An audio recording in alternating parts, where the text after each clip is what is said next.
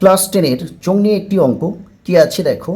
একটি লম্ব বৃত্তাকার চোঙের আয়তন এবং বক্রতলের ক্ষেত্রফলের সংখ্যামান সমান হলে চোঙের ব্যাসের দৈর্ঘ্য কত।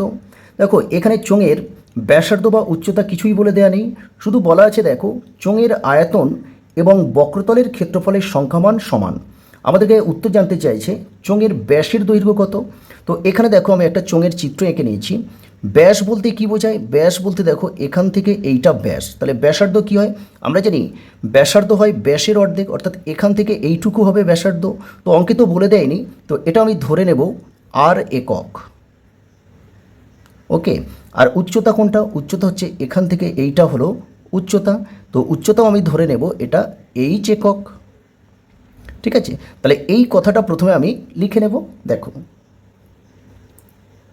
ধরি চোঙের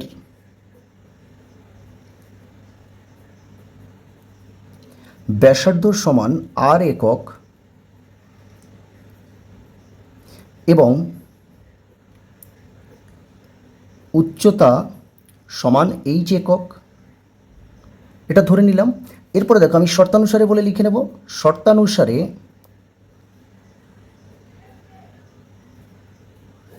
দেখো অঙ্কে বলা আছে চোঙের আয়তন। আয়তন বলতে কি বোঝাচ্ছে? চোঙের ভিতরের জায়গাটাকে আয়তন বলা হয়। ঠিক আছে, আর কি বলেছে? বক্রতলের ক্ষেত্রফলের সংখ্যামান সমান। বক্রতল মানে কোনটা? এই যে তলটা, এই তলটাকে বলা হয় বক্রতল।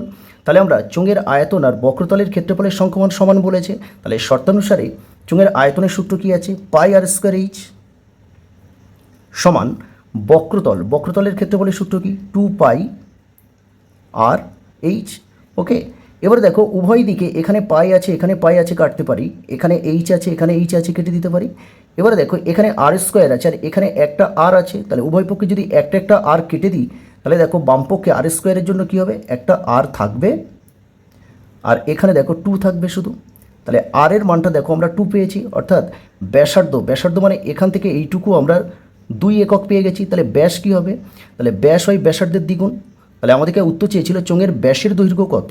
তাহলে আমরা উত্তরটা লিখব দেখো, অতএব চোঙের ব্যাসের দৈর্ঘ্য, তাহলে ব্যাসার্ধের দ্বিগুণ, ব্যাসার্ধ যদি 2 হয় এর সঙ্গে 2 গুণ করলে তাহলে 4 একক।